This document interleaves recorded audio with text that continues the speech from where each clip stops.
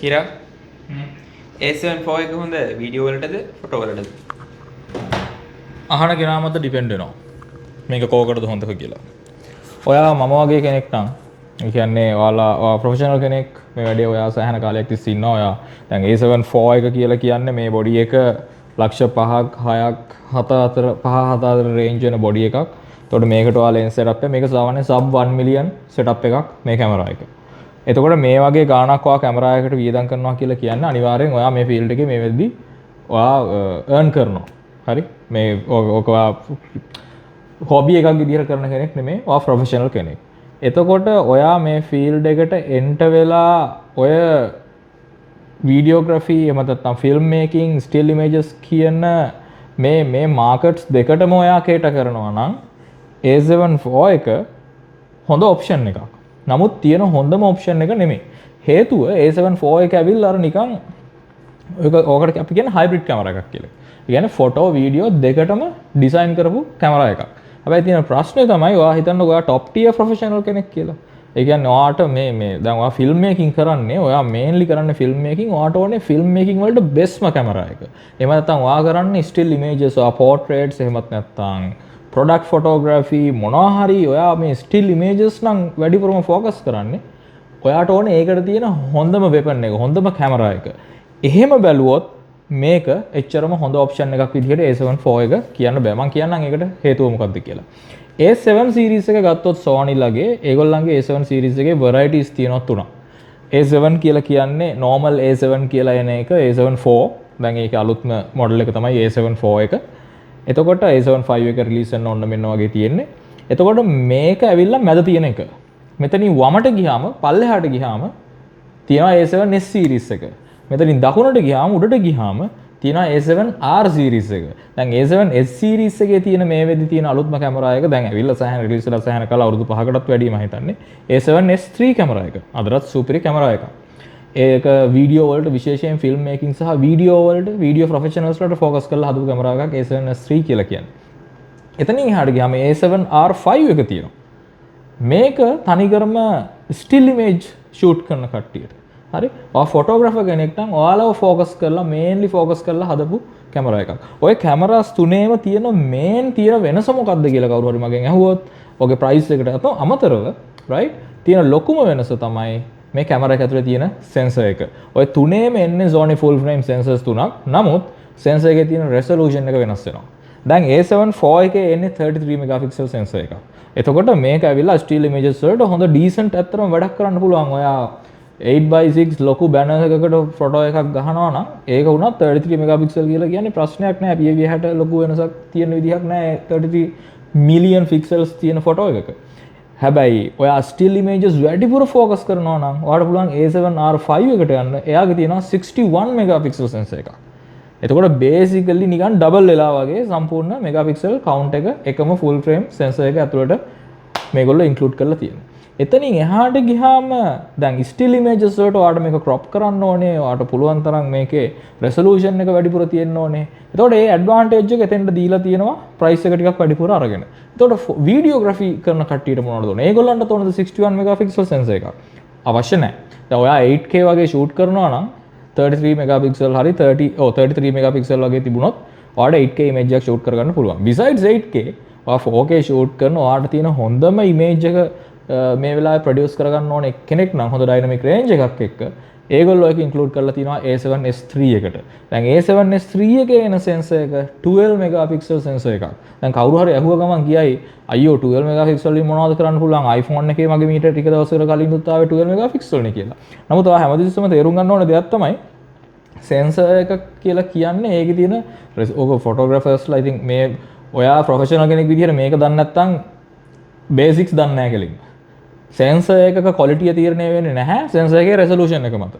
දැන් video focus කරලා හදලා තියෙන ෆිල්ම් මේකර්ස්ලා ફોකස් කරලා හදලා තියෙන A7S3 කැමරාවේ 12 megapixel සෙන්සර් එකක් දීලා තියෙන්නේ මේ A7S series එකට.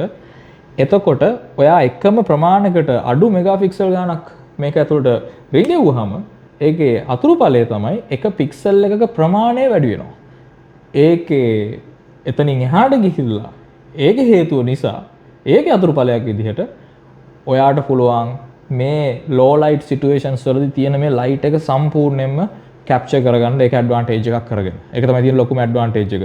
ඔයා A7S3 කැමරා එකක් ඒ sensor එකම use කරලා තියෙන FX3 කැමරා එකක් වගේ වලින් shoot කරලා තියෙනවා නම් use කරලා තියෙනවා නම් දන්නවා ඔයාගේ S2කට වැඩිය හොඳට කැමරා එකකට පේනවා. right? මම ISO 25600 වල use කරලා තියෙනවා A7S3 එකක් noise එකක් නැහැ. basically noise එකක් නැහැ. කියන්නේ මම මගේ පරණ තිබුණ Canon EOS R එකේ ISO 1600 වල shoot කරද්දී ඊට වැඩිය noise. හරි? ඉතින් ඒ වගේ අරුම පුදුම sensor එකක් තමයි A7S3 එකේ දීලා තියෙන මේ 12 megapixel sensor එක. මොකද ඔයා තව පොඩ්ඩක් මේක complicated topic එකක් dual native ISO වගේ topics ගැන අපි ඕන ඉස්සරහට කතා කරමු comment එකක් දාන්න. එතකොට ඒගොල්ලන්ගේ base ISOs තියෙනවා දෙකක්. පළවෙනි එක 640 වල. එතනින් එක ඊළඟ එක තියෙන්නේ 12800 වල. तर 12800 ISO වලත් මාර clean image එකක්. ඔයා මේ base level එකේ shoot කරනවා වගේම clean image එකක් shoot කර ගන්න පුළුවන් හැකියාව තියෙනවා A7S3 එකේ. ඉතින් ඔයා ආයෙත් ඔයාගේ ප්‍රශ්නෙට ආවොත් A7 IV හොඳ photography වලටද videography වලටද කියලා. ඉතින් මම නැවතත් කියන්න තියෙන්නේ A7 IV එක photography වලට හොඳයි. 33 megapixel sensor එකක් තියෙනවා. හැබැයි ඔයා photography නම් focus කරන්න ඔයාට A7 3 එකකිනුත් shape වෙන්න පුළුවන්. 24 megapixel තියෙනවා. right? 33 megapixel advantage එකක් තියෙනවා. ඒක ඔයාට cache extra expend කරන්න පුළුවන් නම් A7 IV එකට ගියාට ප්‍රශ්නයක් නැහැ. still images කරන කට්ටියට. නමුත් වීඩියෝ කරන කෙනෙක්ට අනිත් පැත්තෙන් ගියාම එයාටත් දීලා තියෙනවා හොඳ capability එකක් A7 IV එකේ. ඒ තියෙන ලොකුම capability එක තමයි A7 III එකට වැඩිය මේගොල්ලෝ upgrade කරලා එවපු 422 10 bit shoot කරන්න පුළුවන් ability එක in body. එතනින් එහාට ගියාම ඒගොල්ලෝ දුන්නා සාමාන්‍යයෙන් හොඳ color science එකක් A7S3 කැමරා එකත් එක්ක Sonyලා ඒගොල්ලන්ගේ change කරපු color science එක introduce කරලා දුන්නා A7 IV එකට. ඉතින් A7 III එකට වැඩිය ඔයා post productions වල color accuracy එක colors එක වැඩ කරද්දී A7 IV එකේ සාපේක්ෂව ලේසි. ඉතින් A7 IV එක still images වලට හොඳම නැති වුණත් අර 61 megapixel sensor එකක් වගේ නැති වුණත් shape හොඳ වැඩක් professional වැඩක් කරගන්න පුළුවන්. රක්ෂ 5ක් 6ක් 7ක් අතර range එකේ මේ කැමරා එක අරගෙන ඔයා ඒක purchase කරලා ඔයාට ඒක ගෙවන ගානට හොඳ result එකක් ගන්න පුළුවන්. A7S3 එක in the other hand 12 megapixel sensor එකක් ඒගොල්ලෝ දීලා තියෙන නිසා ඒගොල්ලන්ගේ වීඩියෝ low light වල හොඳටම වැඩ කළාට එච්චර low light capability එකක් A7 IV එකෙත් නැති වුණාට සාමාන්‍යයෙන් හොඳ low light capability එකක් තියෙනවා.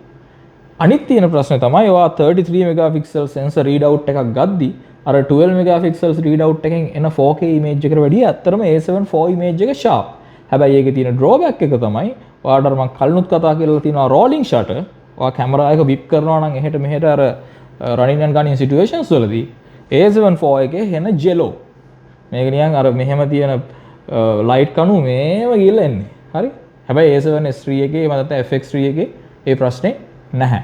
මොකද ඒගොල්ලන්ට රීඩ් කරන්න තියෙන එයාට ප්‍රොසෙස් කරන්න තියෙන 12 megapixel image එකක් හැම පාරම ඒක ඔයා 20 frames වලින් shoot කරනවා නම් 12 megapixel ඒවා 24ක් තමයි එයාට ප්‍රොසෙස් කරන්න තියෙන්නේ. නමුත් A7 IV එකේ ඒ වගේ තුන් ගුණයකට කිට්ටු වෙන්න 33 megapixel information pixels එයාට එක සැරේ රීඩ් කරලා වෙලා ප්‍රොසෙස් කරන්න වෙනවා. එතකොට ඒක එහෙම ප්‍රොසෙස් කරන්න latency එකක් තියෙනවා. ඒ හින්දා තමයි සාමාන්‍යයෙන් A7S3 එකේ වගේ latency එක වගේ දෙගුණයකටත් වැඩි ගාණක් A7 IV එකේ sensor readout latency එක වැඩි. ඉතින් rolling shutter එක සාපේක්ෂව සෑහෙන්න වැඩි. සමහර situations වලදී unusable. දැන් අපි හිතමුකෝ 2-3 million charge කරලා ඉවර වෙලා commercial production එකක් කරනවා නම් A7 IV එකකින් ඔයාලට මේක කරන්න බෑ. FX3 එකක්වත් අඩුම ගන්න වෙනවා. ඔයාලට කරන්න පුළුවන්. නමුත් ඔයාගේ brand එක එතනින් ඉවරයි. මොකද professionalsලා දන්නවා දැකපු ගමන් බුලක් ගහලා තියෙන්නේ මොකද මේ rolling shutter කියලා. ඉතින් ඔයාගේ brand එක ඉවරයි එතනින්. ඒ හින්දා මම හිතනවා අහපු ප්‍රශ්නට හොඳ උත්තරයක් හම්බුණා කියලා. A7 series එක ගැන දැනගන්න ඕනේ කෙනෙක්ට මොන කැමරා එකද choose කරන්න ඕනේ මොන range එකද තමන් යන්න ඕනේ කියලා දැනගන්න අවශ්‍ය කෙනෙක්ට මේ වීඩියෝ එක උපකාරී වෙයි.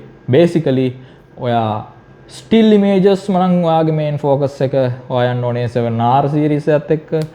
වීඩියෝ මනම් ඔයාගේ main focus එක ඔයා යන්න ඕනේ 7S series එකත් එක්ක. ඔය දෙකම කරන්න හිතාගෙන ඉන්නවා නම් හෝ ඔයා තාම මේක figure out කරගන්න ගමන් නම් ඉන්නේ මොන pathway එකේද ඔයා ඉස්සරහට යන්නේ කියලා. ඔයාට හරියන කැමරා එක A7 middle ground එකේ තියෙන hybrid කැමරා එක.